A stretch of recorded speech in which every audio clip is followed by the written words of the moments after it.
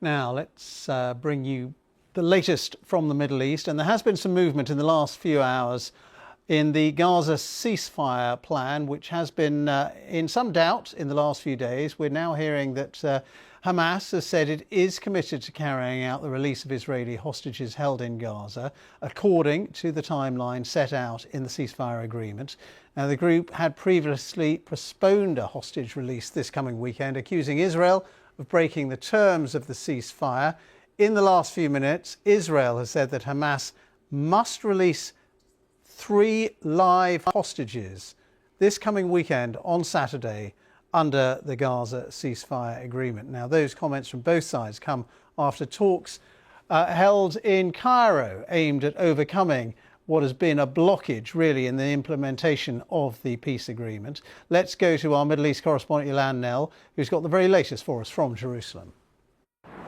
We've had various signs through the day that this latest crisis in the ceasefire between Israel and Hamas could be overcome.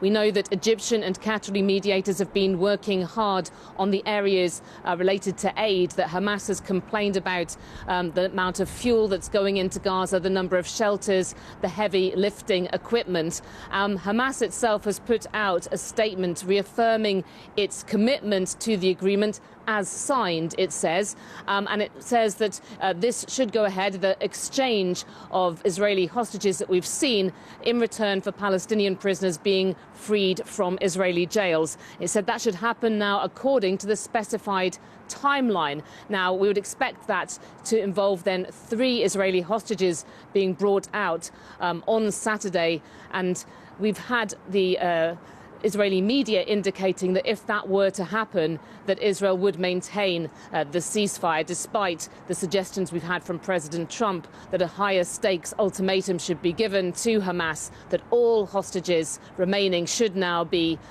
released, otherwise fighting will resume. But even if this can be overcome in the next couple of days, this latest problem in the ceasefire, it just has underlined how very difficult it's going to be for negotiators to get a further extension beyond the initial 6 weeks. Ilan Nell, our Middle East correspondent, reporting there from Jerusalem.